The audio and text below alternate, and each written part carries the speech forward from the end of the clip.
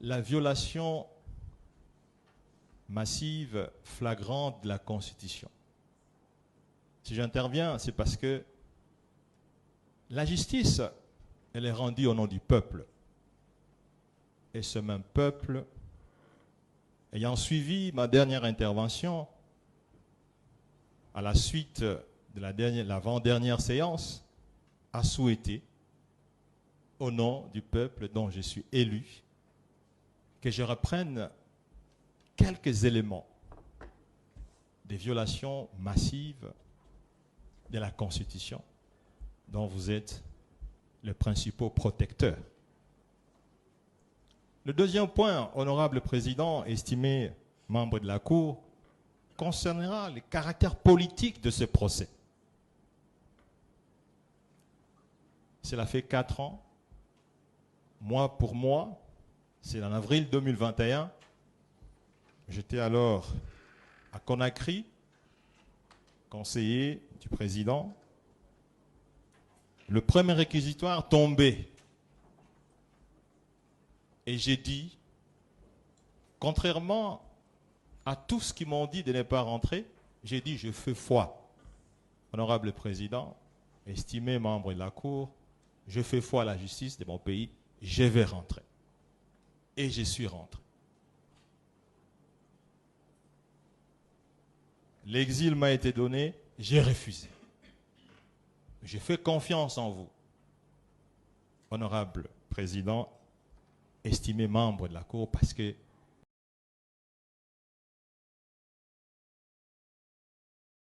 la mission, c'est de rendre la justice. La violation massive de la Constitution, premier point. Je vais faire une comptabilité rapide pour ne pas vous retenir encore. Le procureur général, près la Cour constitutionnelle, pour lancer le processus en avril 2021, demande au Congrès la levée des immunités du sénateur Matata Ponyo Mapon qui est devant vous. L'Assemblée nationale, le Sénat sont choqués de voir un habitué de la loi faire honneur à un ancien Premier ministre pour que son dossier soit examiné au Congrès.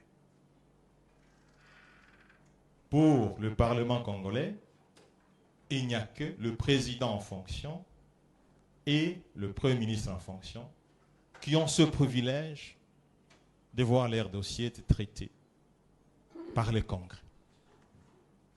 La réponse sera adressée au procureur général près la Cour constitutionnelle, Jean-Paul Mokolo Konkesha, qui s'excusera auprès du président de l'Assemblée nationale et du président du Sénat pour avoir commis une erreur professionnelle par inadvertance.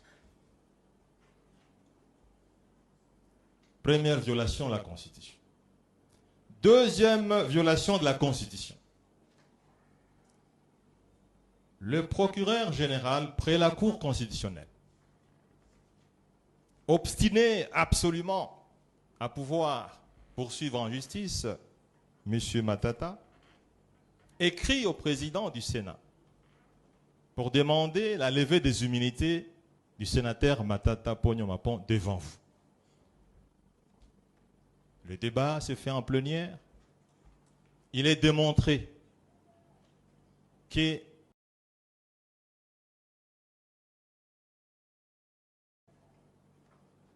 procureur général près la Cour constitutionnelle ne peut pas s'adresser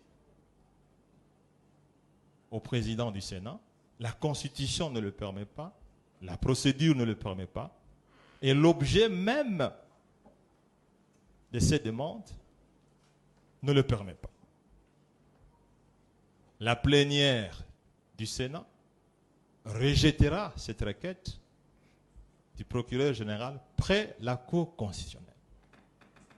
Je vois dans votre composition un ancien sénateur, juriste professionnel, qui était dans la salle et qui sait que cette requête a été rejetée. Deuxième violation de la Constitution. Troisième violation de la Constitution. Honorable Président, estimé membre de la Cour constitutionnelle, le président du Sénat,